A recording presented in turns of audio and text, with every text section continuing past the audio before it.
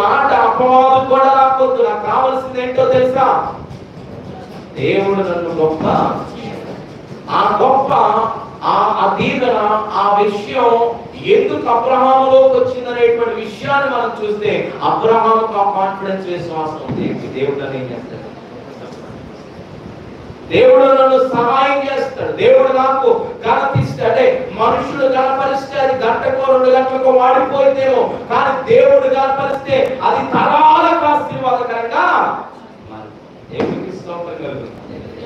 చాలా సార్లు చెప్తారు అబ్రహాము గురించి చెప్పినప్పుడల్లా ఏమంటే దేవుని పిల్లలారా, ఎక్కడ ఏ ప్రపంచం మొత్తం, భూగోళం మొత్తం ఎక్కడైనా ఎవరైనా యేసు క్రీస్తుని అంగీకరించి హృదయం నోటితో ఒప్పుకొని హృదయం విశ్వసించి ప్రభువును అంగీకరించి ప్రభు నామం పేరిట క్రియేటుడైనటువంటి యేసయ్య నామంలో బాప్తిసం తీసుకున్నటువంటి ప్రతి ఒక్క బిడ్డ, రక్షణ పొందిన ప్రతి బిడ్డ ఎవరు పొందగలుగుతారు? ఎవరి అకౌంట్ లో వెళ్తారు? అబ్రహాం అకౌంట్ లోకి వెళ్తారు. ఎందుకని? ఆ రోజు ఈ షావేలోయ అనుభవం ఉంది. అబ్రహాముకు ఉన్నటువంటి షావేలోయ అనుభవం ఏంటంటే, మనుషులు నన్ను కొమరు రాజు ఆ తెచ్చినటువంటి కానుకలు తీసుకున్నట్టు ఏమైంది? సహాయం చేసుకొని నేను చేశాను. ఒకసారి కనబడినప్పుడల్లా ఆయన ఇంకో బ్యాక్ వేయాల్సి వచ్చింది. ఎవరు నాకు ముందుగా ఆలోచించి దేవుని యొక్క ఆ దేవుని యొక్క సన్నిధిలో జ్ఞాపకం చేసుకోండి. ముందుగా ఆలోచించి ఇవన్నీ వద్దు. దేవుని కనపరిస్తే దేవుడు మనల్ని ఏం చేస్తాడు? కనపరుస్తాడు. కనుక ఈ మనిషి అందుకనే షావేలోయ అనుభవంలో సొదొమ రాజుకు చెప్పాడయ్యా, మనుషులు నన్ను కనపరిచేటువంటి భాగ్యము అపవాదు నాకు వద్దు. నాకు కావాల్సింది ఏంటో తెలుసా? నా దేవుడు నన్ను ఏం చేయాలి? ఈ రోజు నీ భక్తి ఆ విధంగా చేస్తున్నావు? ఈ రోజు నీ ప్రార్థన అలా ఉందా? ఈ రోజు నీ వాక్య జ్ఞాన జీవితం అలా ఉందా? ఈ రోజు నీ సంఘ జీవితం అలా ఉందా? ఈ రోజు నీ యొక్క ఇచ్చే జీవితం అలా ఉందా? ఈ రోజు నీ కుటుంబ జీవితం అలా ఉందా? ఈ రోజు నీ బిడ్డలకు చెప్తున్నావు, అయ్యా నాయనా, అయ్యా నాయనా, ఈ దేవుడు ఇచ్చిన గొప్ప తప్ప అందరికీ చెప్తున్నా. అందుకే దేవుని యొక్క సన్నిధిలో అబ్రహాము ఆ రోజు నుంచి ఏది ఆ పని కల్దీల దేశం యూఫ్రటీస్ నది అవతల నుంచి పిలువబడిన నాటి నుండి ఈ రోజు వరకు అలాగే చనిపోయిన ప్రతి వాడు ఎక్కడ కూర్చుంటాడట? ఎక్కడ కూర్చుంటాడు? అబ్రహాము కుడి పక్షాన రొమ్ము కూర్చుంటాడు. ఎవరి దగ్గర? అబ్రహాము దగ్గర పక్కన కూర్చుంటాడు. దేవునికి స్తోత్రం కలుగుతుంది. ఎవరు? దేవుని నమ్మినటువంటి విశ్వాసం. అంటే ఎక్కడ రక్షించబడ్డా అబ్రహాం అంటే అబ్రహాం కుమారుడే. అలాగే అక్కడ చనిపోయి తిరిగి వెళ్ళినా మళ్ళీ అక్కడ ఎవరి దగ్గర కూర్చోబెడుతున్నాడు? బాబు అబ్రహాం దగ్గర. అంటే ఎంత కనపరిచాడు చెప్పాలి? ఎంత కనపరిచాడు ఉన్నాడు అసలు అబ్రహాం? అబ్రహాంలో ఏదో ఆర్కియాలజిస్ట్ తవ్వి ఏదో కొన్ని చిన్న చిన్న ఆధారాలు మధ్య చేస్తారు కానీ ఆయన లేడు. ఆయన పుట్టిన ఇస్సాకు లేడు. ఆయన పుట్టినటువంటి యాకోబు లేడు. వాళ్ళ ద్వారా పుట్టిన 12 మంది కుమారులు లేరు. 12 మంది కుమారుల నుంచి వచ్చిన 70 మంది లేరు. 70 మంది వచ్చి వచ్చిన 25 లక్షల మంది లేరు. ఆ కాస్త వస్తే మిగిలితే 50 లక్షల మంది ఇశ్రాయేల్ దేశంలో మిగిలేరు. ఆ దేవుని యొక్క సన్నిధిలో దేవుని యొక్క ఎక్కడి నుంచి ఎక్కడి వరకు ఘనత? ఎక్కడి నుంచి ఎక్కడి వరకు? షావేలోయలో నుండి రేపు ప్రభు రాబోయేంత వరకు కూడా ప్రభు కూడా చాలా మంది ఆయన దగ్గరకు వచ్చినప్పుడు, అన్యులు ఆయన దగ్గరకు వచ్చి కార్యాలు అడిగినప్పుడు వారి విశ్వాసాన్ని చూసి ఇశ్రాయేలీయుల్లో కూడా ఇంతటి విశ్వాసం నేను చూడలేదు, ఇతడు అబ్రహాము ప్రభు కూడా బలపరిచాడు. దేవునికి ఇస్తాం. యేసయ్య కూడా బలపరిచాడు. యేసయ్య కూడా అద్భుతంగా ఆశ్చర్యకరంగా దేవుని యొక్క సన్నిధిలో దేవుని యొక్క మనం జ్ఞాపకం చేసుకున్నట్లయితే ప్రభువులో దేవుని యొక్క ప్రభు జ్ఞాపకం చేస్తూ ప్రభు యొక్క తన మహిమలో చెప్తూ ఉన్నాడు. అబ్రహాము షావేలోయ అనుభవాన్ని కలిగి ఉన్నాడు కాబట్టి తనకు విశ్వాసం ఉంది, తనకు నమ్మకం ఉంది, తన భక్తి తనకు ధైర్యం పుట్టిస్తా ఉంది, తన యొక్క భక్తి తనకు శక్తి కలిగిస్తా ఉంది. తనకు ఉన్నటువంటి ఆ ప్రార్థన జీవితం, భక్తి జీవితం, విశ్వాస జీవితం తను ఏం నేర్చుకున్నాడంటే దేవుడే నన్ను గొప్ప చేస్తాడు కానీ మనుషులు నన్ను దేవునికి స్తోత్రం కలుగుతుంది. 5 రాజులతో యుద్ధం గెలిచిన రాజు దగ్గరికి వెళ్ళి ఇప్పుడు అడిగితే ఏమంటారు సహజంగా? ఏమంటే ఇప్పుడున్న రాజ్యాలను బట్టి ఇప్పుడున్న పరిస్థితులను బట్టి చెబితే ఏమంటారు? చెప్పాలి, అందరూ చెప్పాలి. ఏమంటారండి? అసలు కత్తిలా తిప్పారనుకున్నారు, అసలు అవకాశం లేదు. కత్తిలా తిప్పి మడతేస్తాన్ని 5 నష్టం చెప్పింది అంటే చేశారు. ఇప్పుడు మన తర్వాత మన సినిమాలో చూస్తూ ఉంటాం, కిలోమీటర్లు పడతాడు ఎవరికి హీరో ఏమో సన్న కొట్టాడు, వాళ్ళు వంద కొట్టాడు. వీడు ఒక గుద్దగా గుద్దగానే అలా చెప్పుకుంటారు. అవునా? దేవుని యొక్క సన్నిధిలో కానీ అబ్రహాం ఏమన్నా తెలుసా?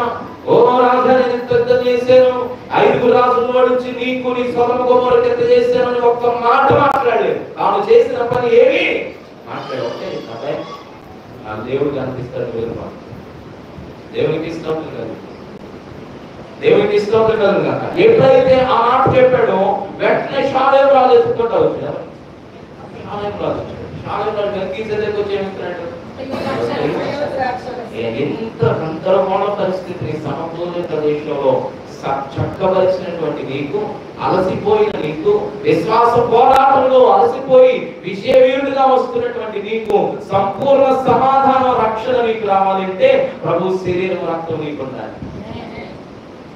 శాలే ప్రార్థించారు ప్రభు శరీరం ప్రతి నెల మొదటిగా తీసుకోమని, రక్షణ పొందిన వారందరూ తీసుకోమని చెప్పేది, సిద్ధపడమని చెప్పేది. ఎందుకో తెలుసా? నువ్వు ఎంత పోరాటం చేసినా సరే, ఎంత గొప్ప కార్యాలు చేసినా సరే, ఆ శరీరము రక్తం మనలో పడకుండా మన జీవితాన్ని కొనసాగించుకుంటాం. నీ జీవితంలో సమతుల్యత. కాబట్టి దేవుని యొక్క బిడ్డలారా, ఈ రోజు కనపరచబడాలనుకుంటున్నావా? ఆశీర్వదించబడాలనుకుంటున్నావా? పేరు పొందాలనుకుంటున్నావా? పేరు ప్రఖ్యాతులు కావాలనుకుంటున్నావా? ఒకటే చెయ్యి. నీవు విశ్వాసిగా, దేవుని బిడ్డగా, ప్రార్థనాపరుడిగా, ఆరాధించేవాడిగా ఒకటే ఒకటి మనసులో పెట్టుకో. నేను నా ప్రభువు నన్ను కనపరుస్తాడే తప్ప నాకు ఈ లోక ఘనతలు అవసరం లేదనేటువంటి మనసులో నువ్వు రా. దేవుడు నేను ఎక్కడ లేకుండా అక్కడ లేపేం చేస్తాడు. దేవుడు ఎక్కడ నన్ను నివసింపజేయాలి అక్కడ నివసింపజేస్తాడు. ఎక్కడ రైట్ టైంలో నేను ప్లేస్ చేయాలి అక్కడ దేవుడు నేను ప్లేస్ చేస్తాడు. ఇప్పుడు అంతగా పోరాటం చేసి వచ్చినటువంటి అబ్రహాముకు మనుషులు ఎప్పుడైతే వద్దన్నాడో దేవుడు క్షమించాడు. తన రొట్టెయు ద్రాక్షారసము అందించాడు. దేనికి సాదృశ్యమై ఉన్నాయి? ఎవరు దేనికి సాదృశ్యమై ఉన్నాయి? దేవుని యొక్క ఆయన మన కొరకు ఇచ్చినటువంటి శరీరం, ఆయన మన కొరకు ఇవ్వబడినటువంటి ఆయన రక్తం గురించినటువంటి సాదృశ్యములు ఇవి. దేవునికి స్తోత్రం కలుగుగాక. అంటే దేవుని యొక్క సన్నిధిలో మన విశ్వాసంతో ఎన్ని పోరాటాలు, ఎన్ని కార్యాలు, ఎన్ని అద్భుతాలు చేసినా మనకు సమతుల్యమైనటువంటి అనుభవం, సమతుల్యమైన ప్రదేశంలో సమతలవర్తి కావాలంటే, సమతల జీవితం రావాలి అంటే ఆ ప్రభు శరీరం రక్తం మనం పొందుతాం. దేవునికి స్తోత్రం. అంటే దేవుని యొక్క సన్నిధిలో ప్రభు యొక్క మహాగొప్ప ఉద్దేశం ఏంటంటే విశ్వాసంతో నువ్వు జయించేంత వరకు నువ్వు జయించు, నీకు సంపూర్ణత ఎవరిస్తారు? సృష్టి మిగులు ఆపేక్షతో అడుగుతున్నట్ట బలిపీఠించుకున్నటువంటి అబ్రహాము ఆత్మలన్నీ అడుగుతున్నారంటే ఎప్పుడు సంపూర్ణం? సంపూర్ణత ఎవరు చేయాలి? అబ్రహాము ఈ భూమి మీద సంపూర్ణం చేశాడు. వెంటనే గ్రహించాడు, ఇది నా దేవుడు, మనుషులు ఇచ్చింది వద్దన్నాడు, దేవుడు ఇచ్చింది తీసుకున్నాడు. దేవుడు ఇచ్చింది ఎప్పుడైతే వచ్చిందో వెంటనే చెల్లించాడు. దేవునికి కృతజ్ఞతలు. వెంటనే చేశాడు, తీసి దశభాగాలు తీసి ఎవరికి ఇచ్చాడు? నీతి రాజుకు, షాలేము రాజుకు ఇచ్చాడు. రొట్టె ద్రాక్షారసము ప్రభు శరీరము, ప్రభు రక్తానికి సాదృశ్యం అయితే ఆయన యొక్క మహా గొప్ప ఆ షాలేము రాజు, నీతి రాజు అయినటువంటి మెల్కీసెదెకు ఎవరికి సాదృశ్యం? ఎవరికి సాదృశ్యం? యేసు క్రీస్తు ప్రభువానికి సాదృశ్యం. అందుకే అంటే ఎప్పుడో 2024 సంవత్సరాల క్రితం, 4000 సంవత్సరాలకు ముందే ఎవరు చూశారు? అబ్రహాము. ఎవరు చూశారు? విశ్వాసంతో ప్రభు యొక్క రొట్టెను చూడటమే కాదు. కాబట్టి షాలేము అనుభవం ఏంటో తెలుసా? సమతుల్య ప్రదేశంలో నిలబడారు. సమతుల్యమైనటువంటి అనుభవాలు, సమతుల్యమైనటువంటి జీవితం, సమతల భూమి మీద నిబ్బరముగా సంతోషంగా సమాధానంగా నువ్వు సాగాలి అంటే రెండు అనుభవాలు ఉంటాయి. ఏంటంటే ఒకటి లోకానికే చెప్పాలి, లోకానికే చెప్పాలి నువ్వు నన్ను గణపరిచావన్న గొప్ప అపవాదం నాకు, నన్ను దేవుడు గణపరిచాడన్న మాట మాత్రమే నాకు కావాలని దృఢ నిశ్చయత నీలో ఉండాలి. రెండవది ఏంటంటే ఆయన శరీరము రక్తం నీలో. అందుకే రక్షణ పొందాలి, ప్రభువులోకి రావాలి. లోకములో దేవుని యొక్క బిడ్డలు ప్రభువుకి దూరంగా ఉండి ఎన్ని పనులు మంచి పనులు చేసినా మంచి పనులు దేవుని నీకు సమగ్ర స్థితిని ఇవ్వలేదు. అందుకే పాపం యాకోబు భక్తుడు అంటాడు, ఏదో ఉండాలి క్రియలు లేని విశ్వాసం, విశ్వాసం లేని క్రియలు. అటు ఇటు చెప్పులు చేసుకొని ఇది చేసుకున్నా సరే రెండో ఉండాలి. రెండో లేకపోయినా వ్యర్థం, ఏది ఒకటోనా వ్యర్థమే, మరొకటి లేకపోయినా వ్యర్థం. అలాగే రెండు ఉండాలి, రెండు యాక్టివ్ గా ఉండాలి. ఈ రెండు ఉన్నప్పుడే మనం కొంతమంది విశ్వాసం అనగానే పనులే చేస్తూ ఉంటారు. పనులు విశ్వాసం దేవుని వైపు చూడటం, దేవుని దగ్గర రావడం, దేవుని మహిమను పొందడం, ఆత్మను పొందడం, అభిషేకం పొందడం, ఆయన సన్నిధిలో ఆత్మీయంగా ప్రియడవడం విశ్వాసం. అలాగే క్రియలు ఎందుకో తెలుసా, నీ ఆ విశ్వాసాన్ని బలపరచడం కోసం క్రియలు. అంతేగా నీ రెండింటిని సపరేట్ గా డివైడ్ చేసి చూస్తారంటే అయ్యే పనులు. అందుకే కాబట్టి ఇప్పుడు చూడండి, లోకానికి నువ్వు చెప్పాడు, మనుషులు గొప్ప చేసే గొప్పతనం నాకు వద్దన్నాడు. వెంటనే దేవుని యొక్క సన్నిధిలో షాలేము రాజు వచ్చి రొట్టె రాక్షసుని గారి వెంటనే అంటే సింపుల్ గా అర్థం చేసుకోండి. షాలేము యొక్క అనుభవం ఏంటంటే దేవుడి ఇచ్చే తీసుకుంటామో మనుషులు ఇచ్చే తీసుకుంటాం. దేవుడి ఇచ్చే కావాలా మనుషులు ఇచ్చే కావాలా? మనం ఎవరు? అబ్రహాం ఎవరు? అబ్రహాం ఎవరు? విశ్వాసులు దగ్గర వాడు ఎలా ప్రవర్తిస్తున్నాడు అంటే తండ్రి తీసుకెళ్ళి విశ్వాసం. విశ్వాసం అయినటువంటి వాడు ఎలా ప్రవర్తిస్తున్నాడు? లోకానికేమో ప్రభుకేమో. ప్రభుకి ఇంకోటి ఏం చేస్తున్నాడు? ప్రభు తీసుకొని ప్రభుకి ఏం చేయించాడు? దేవుడికి ఇస్తారు. ఆ అనుభవం ఇస్తున్నాడు. 2025 సీజన్లో ఆత్మీయ వసంత కాలం ధ్యాన కూడికలో ఉన్నటువంటి మనల్ని ప్రభు మరొకసారి పరిశీలన చేసుకోమంటున్నాడు. సమతుల్య ప్రదేశంలో ఉన్నావా? షావేలోయ అనుభవం నీకుందా? షావేలోయ అనుభవంలో నీవు జీవిస్తున్నావా? సమతుల్యమైన ప్రార్థనా జీవితం, సమతుల్యమైనటువంటి భక్తి జీవితం, సమతుల్యమైనటువంటి దేవునితో జీవితం, సమతుల్యమైనటువంటి ధ్యాన జీవితం, సమతుల్యమైనటువంటి సంఘ జీవితం, సమతుల్యమైనటువంటి ఆరాధన జీవితం నీలో ఉన్నాయి లేదని ప్రభువుడు. అబ్రహాం షావేలోయలో రెండు సమతుల్య. షావే అనేది సమతుల్య ప్రదేశం. ఈ సమతుల్య ప్రదేశంలో ఇటు దేవునితో భూమి మీద పరలోకమందులో సమతుల్యం చేయబడే లక్షణం ఎవరిలో ఉంది? అబ్రహాములో. అందుకే అంటున్నాడు, రాజా నువ్వు నన్ను గొప్ప చేసావు, నా అపవాదు నాకు నా దేవుడు నన్ను గొప్ప చేసి. అబ్రహాము జీవితం, అబ్రహాం అంటూ ఉన్నాడంటే, అబ్రహాం జీవితం అంటూ ఉందంటే, అబ్రహాం జీవితం సంపూర్ణంగా సమతుల్యంగా మార్చబడాలి అంటే దేవుడు నన్ను గొప్ప చేశారన్న మాట నాకు అని దృఢ నిశ్చయంతో ఉన్నాడు. వెంటనే షాలేము రాజు యొక్క నీతి రాజు యొక్క ఫలాన్ని అంటే ఎప్పుడైతే దేవుని కొరకు, దేవుని సన్నిధిలో, దేవుని మహిమ కొరకు, దేవుని ఇచ్చే దాని కొరకు ఎదురు చూస్తామో అప్పుడు మనుషులు తెలుస్తారు. దేవునికి ఇష్టం అంటే మనుషులు తెలుస్తారు. తిప్పి కొట్టమని కాదు, ఓకేనా? దైవికంగా ఇలాంటి ఆత్మ సంబంధమైనటువంటి వాటిని కోరుకుంటాం, శరీర సంబంధమైన వాటిని ఏం చేస్తాం. కాబట్టి దేవుని యొక్క సన్నిధిలో షావేలో అనుభవం నీకుందా? పరిశీలన చేసుకో. రెండవ లోయలోకి వెళదాం. దేవుని యొక్క బిడ్డ ఆదికాండము 26వ అధ్యాయము 17-18 వచనాలు చూద్దామా? ఆదికాండము 26వ అధ్యాయము 17-18 వచనాలు. ఇస్సాకు అక్కడి నుండి వెళ్ళి గెరారు లోయలో గుడారం వేసుకొని అక్కడ నివసించెను. అప్పుడు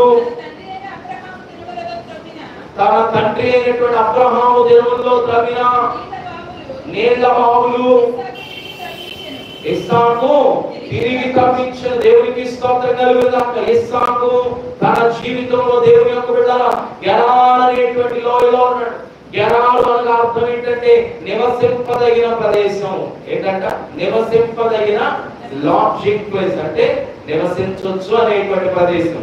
కాబట్టి ఇస్సాకు జీవితంలో దేవుని యొక్క బిడ్డలారా గెరారు లోయలోకి వచ్చాడు. గెరారు లోయలోకి వచ్చిన తర్వాత గెరారులో ఏం చేస్తున్నాడు? నా తండ్రి ఇక్కడ ఏం తవ్వాడు? బావులు తవ్వాడు, నేను కూడా ఏం తవ్వుతాను. తిరిగి మరలా బావులు ఏం చేశాడు? మరలా బావులు తవ్వించాడు. బావులు దేనికి సాదృశ్యం? దేవుని యొక్క బిడ్డలారా తవ్వేయకపోతే ఏమొస్తుంది? నీళ్ళు వస్తాయి. నీళ్లు దేనికి సాదృశ్యం? దేవుని యొక్క బిడ్డలారా నీళ్లు దేవుని యొక్క బిడ్డలారా సంస్కృతులన్నిటికీ సాదృశ్యం. ఒక దేశం ఏర్పడిందన్నా, కొంతమంది మనుషులు బ్రతికారన్నా, సివిలైజేషన్ ఏర్పడిందన్నా అన్నిటికీ మూలం ఏంటో తెలుసా? నీళ్ళు. ఆ రోజుల భూమి మీద ఉన్నటువంటి జియోగ్రఫికల్ గా మీరు చూస్తే కనుక ప్రతి దేశము ప్రతి రాష్ట్రము అన్ని కూడా ఎక్కడెక్కడ ఏర్పడాయి తెలుసా? నదుల అంచులు, కాలువల అంచులు, సముద్రాల అంచులు చూసుకొని వాళ్ళు ఏం చేసుకున్నారు? సరిహద్దులు వేసుకున్నారు. ఎందుకో తెలుసా? నీళ్ళు ఉన్న చోట మనిషి ఏమవుతాడు? దేవునికి స్తోత్రం కలుగునుగా. నీళ్ళు అవసరం. నీళ్ళు ఎందుకు అవసరం అంటే తాగడానికి అవసరం, పంట పండించుకోవడానికి అవసరం, కడుక్కోవడానికి అవసరం, అవసరాలు తీర్చుకోవడానికి అవసరం. అన్నిటికీ నీరు లేకుండా బ్రతికేవాడు ఎవరు? ఇంకోటి చెప్పాలంటే మూడొంతులు ఏముంది? దేవుడి సృష్టిలో మూడొంతులే ఉంది, నీళ్ళే ఉంది. నీలో కూడా నీ బాడీ అంతా కూడా అన్ని ట్రబుల్స్ అన్ని గ్యాస్ ట్రబుల్ అయినా ఏ ట్రబుల్ అయినా వచ్చేది ఎక్కడ తెలుసా? వాటర్ కంటెంట్ నీలో బాడీలో సమతుల్యంగా రోజుకు 4 లీటర్లు కాదు ఏ రోగం. 4 గ్లాసులు మన పనుల్లో మన వ్యవహారాలన్నింటిలో పడిపోయి రోజుకు 4 గ్లాసులు దాటేసరికి సగటున అంటే 4 లీటర్ల వరకు ఎక్కువ అనిపించింది మనకి. 4 లీటర్లు కొలిస్తే 12 గ్లాసులు నీళ్ళు, 12 గ్లాసులు 4 లీటర్ల వాటర్. ఓకే, 12 గ్లాసులు కనీసం ప్రజల మన హడావుడి మన ప్రయాణాల్లో వీటన్నిటిలో దేవుని యొక్క బిడ్డలారా అనుకున్నటువంటి ఇంట్లో స్టార్టింగ్ అయితే 8, 6 అట్లా తాగుతాం. కానీ 12 గ్లాసులు వాటర్ ఖచ్చితంగా ఏం చేయాలి? రోజులో తాగితే ఈజీగా నీ బాడీ చక్కగా ఉంటుంది. కాబట్టి నీరు సమస్తానికి ఏమైంది? నీరు సమస్తానికి ఏమైంది? ఆధారమైంది. ఇంకా దాని ప్రాముఖ్యతను చెప్పాలంటే మన రక్షకుడైనటువంటి ప్రభు, మన రక్షకుడైనటువంటి యేసయ్య ఏం చెప్పాడంటే దేవుని యొక్క బిడ్డలు అక్కడ నీటి మూలంగా కానీ ఆత్మ మూలంగా కానీ అంటే నీటికి ప్రాముఖ్యతనిచ్చాడు. అంటే కడగబడేటువంటిది, అలాగే తుడిచేటువంటిది, మరకలు తీసేటువంటిది, అలాగే నూతన జన్మించేటువంటిది, కడగబడిన తర్వాత పరిశుద్ధమైనటువంటి జీవితాన్ని ఇవ్వగలిగినటువంటి శక్తి ఒకదానికి ఉంది కదా. మంచి సోప్ పెట్టుకొని స్నానం చేస్తాం, మంచి క్రీమ్ రాయి దాన్ని కడుక్కోవాలి. సో నీరు మానవుల జీవితంలో చాలా ప్రాముఖ్యమైనది. అలాగే ఈ నీరు దేవునికి దేనికి సాదృశ్యం అంటే వాక్యానుసారంగా మనం చూస్తే జీవ జలపు ఓటైన దేవుని వాక్యానికి. అంటే ఈ లోకంలో దేవుడు సృష్టించిన నీరు ఎంత ప్రాముఖ్యమో అంతకంటే 200% ప్రాముఖ్యమైనది దేవుని యొక్క జీవజల వాక్యం అనే జీవజలం. దేవునికి స్తోత్రం. కాబట్టి సగటు వ్యక్తి తన జీవితంలో ఫలించాలన్నా, తన జీవితంలో బ్రతకాలన్నా, తన జీవితంలో ఫలించాలన్నా, తన జీవితంలో వృద్ధి చెందాలన్నా, తన జీవితంలో కడుక్కోవాలన్నా, తన జీవితంలో శుభ్రపరచుకోవాలన్నా, తన జీవితంలో పని చేసుకోవాలన్నా, తన జీవితంలో కావలసినవన్నీ చేసుకోవాలి అంటే నిరంతరం ఎత్తుతే ఉండాలి. నీళ్లు అబ్రహాము తవ్వించాడు, కాబట్టి నేను కూడా ఏం చేస్తాను?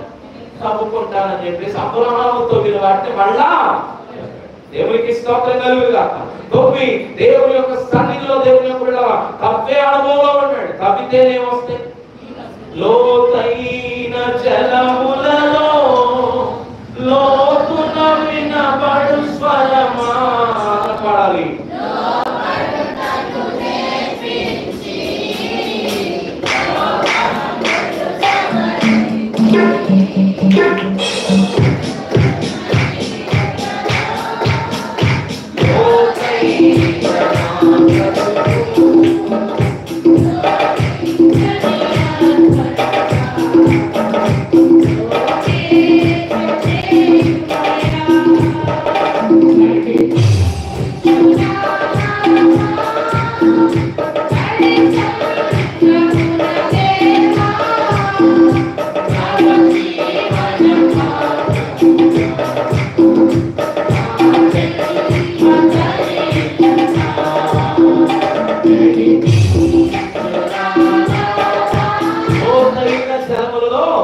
లోతైన నీ బ్రతుకుల్లో లోనున్న ఈవులు, లోపల ఏమున్నాయి? ఈవులు ఉన్నాయి. ఈ ఈవులన్నీ బయటకు రావాలంటే ఏం చేయాలి? ఈవులన్నీ బయటకు రావాలంటే ఏం చేయాలి? త్రవ్వటంలో చాలా రకాలు ఉన్నాయి. అంటే తవ్వే ప్రక్రియలో చాలా పాఠాలు ఉన్నాయి. త్రవ్వటం ఒక నీటిని, ఒక బావిని మనం తయారు చేయాలి, నీటిని పొందాలి అనుకుంటే కనుక ముందు కఠినంగా ఉన్న గ్రౌండ్ ఏం చేయాలి? కఠినంగా ఉన్న గ్రౌండ్ ని కఠినమైన గొడవ తీసుకొని చేయాలి. ఇప్పుడు గెరారులో యొక్క అనుభవం ఏంటో తెలుసా? తప్పడానికి పూనుకున్నాడు. తప్పడంలో భాగంగా ముందే తీసుకున్నాడు, గుణపాన్ని తీసుకున్నాడు. ఎవరు? గద్దపాన్ని తీసుకున్నాడు. ఎందుకు? కఠినమైన గ్రౌండ్ ఏం చేయాలి? పగలగొడితేనే బాగా ఏర్పడుతుంది. కాబట్టి దేవుని యొక్క సన్నిధిలో త్రవ్వాలి, గెరారులో అనుభవంలో త్రవ్వాలి. దేని త్రవ్వాలి అంటే ముందు కఠినమైన దాన్ని ఏం చేయాలి? పగలగొట్టాలి. దేవునికి ఇష్టం. ఆ యొక్క బలమైన శుద్ధి కూడా ఎవరో తెలుసా? ఆయన. ఆ బలమైన కఠినమైన వాటిని, కఠినమైన గుండెలను, కఠినమైనటువంటి జీవితాలను దేవుని యొక్క బిడ్డ ఈ లోకంలో ఉన్నటువంటి అనేక పరికరాలన్నీ కూడా, బలమైనటువంటి ఇనప పరికరాలన్నీ కూడా బలమైనటువంటి రాళ్లను సైతం పగలగొడతాయేమో కానీ ఈ లోకంలో ఉన్నటువంటి ఇనప కఠిన పరికరాలు పగలగొట్టలేనటువంటి కఠినమైనది అవుతుంది.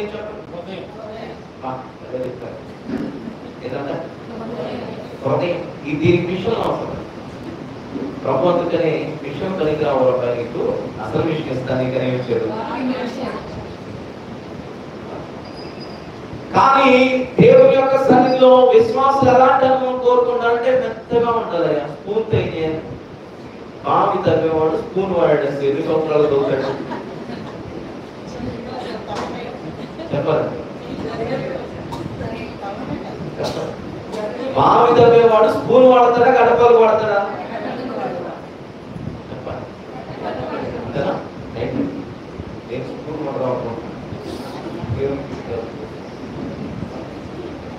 దేవుడి యొక్క సన్నిధిలో కానీ అందరూ దేనికి అలవాటు పడ్డారంటే నువ్వు ఎంత బలంగా చెప్పు స్పూన్ అయ్యేవాడు. స్పూన్ అయితే ఏమైంది? పక్కన పడేది మిగతాయి. కాబట్టి కానీ దేవుడు ఏమన్నాడు?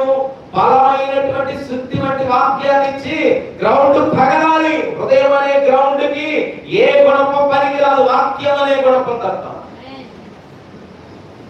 అందుకని ముందు భవ్య ఆలోచనను నువ్వు ముందు ప్రాముఖ్యంగా జ్ఞాపకం చేసుకో. వాక్యం అనే గుణపం నాలో ఏమవ్వాలి?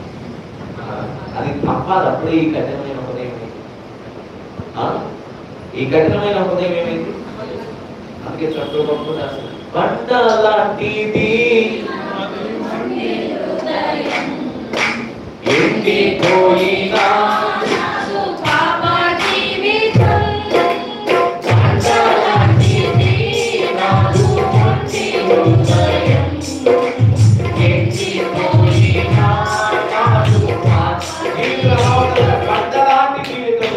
ఎండిపోయినా మరి ఈ పంట పడవాలి.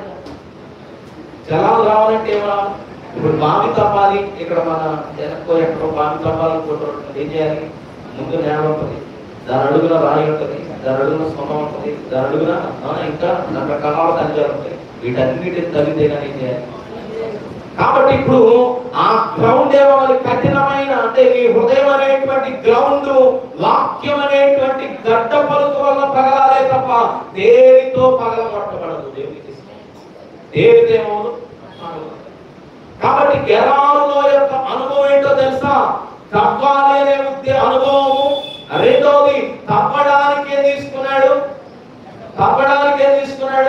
గడ్డ పలుగు తీసుకున్నాడు. దేవునికి స్తోత్రం. తీసుకున్నటువంటి వాడు దేవుని యొక్క బిడ్డలారా, దేవుని యొక్క సన్నిధిలో త్రవ్వే అనుభవం ఉండాలి విశ్వాసికి. అలాగే ఆ త్రవ్వేటువంటి అనుభవం దేనితో త్రవ్వుకోవాలి? వాక్యం అనే శుద్ధితో, వాక్యం అనే గొడవతో ఏం చేసుకోవాలి? లేకపోతే ఈ పంట మారిన హృదయం ఎక్కడ మారదు. కట్టిన మానవ హృదయం కఠినమైపోతే ఎవ్వరి చేయలేదు, ఎవరు మార్చలేదు. మానవ హృదయం ఒకసారి మొద్దుబారిపోయి దానిలో మానవత్వం అనేటువంటి చచ్చిన రోజు ఈ మానవ హృదయాన్ని ఎన్ని ప్రొక్లైన్లు పెట్టి తగ్గినా సరే దానికి ఒకే ఒక పగలు వచ్చే మార్గం దేవుడు. అందుకని ప్రభు సాధిస్తున్నాడు. ఇప్పుడు ఇస్సాకు గెరారు అనుభవంలో ఉన్నాడు, త్రవ్వడానికి సిద్ధపడ్డాడు. దేంతో త్రవ్వుతున్నాడు? వాక్యంతో. నీ జీవితంలో ద్రవ్యాలను ఉండాలి. ద్రవ్యానుభవంలో నీ వాక్యం అనే గుణపాన్ని వాడాలి. వాడిన తర్వాత మట్టి, మశానం, రాళ్ళు అన్నింటి చేయాలి, తీసివేసి దాని లోతులో తవ్వకుండా వెళ్ళిన తర్వాత ఏం జరుగుతుంది అంటే, ఒకటి త్రవ్వాలంటే దానికి గుణపము వాక్యం కావాలి. వాక్యం ద్వారా దాన్ని తవ్విన తర్వాత వచ్చిన వేస్ట్ అంతా ఏం చేయాలి? పారవేసేయాలి. పారవేసిన తర్వాత లోతులోకి నీకు నీళ్లు వచ్చేంత వరకు ఏం చేయాలి? తవ్వుతూనే ఉండాలి. వాక్యంతో తవ్వుకుంటున్నావా? వాక్యంతో తవ్వబడుతున్నావా? త్రవ్వబడినటువంటి దాన్ని వేస్ట్ అంతా అక్కడే ఉంచితే జలాలు, ఓటలు కొట్టవు. త్రవ్వినటువంటి దాన్ని వేస్ట్ అంతా చొరగపారతో తీసేం చేయాలి? అందుకే ప్రభు అన్నాడు, చెడు తీగలు ఏం చేస్తారన్నాడు? అది తీసేస్తే నువ్వు ఎంత తవ్వినటువంటి దాంట్లో వచ్చినటువంటి చెడుని ఏం చేయాలి? తీసి పడవేయాలి. పడేస్తేనే వచ్చింది, పడేస్తేనే జీవజలాన్ని పొందుకుంటాం, నీటిని పొందుకుంటాం. కాబట్టి గెలాల్లో అనుభవం ఏంటో తెలుసా?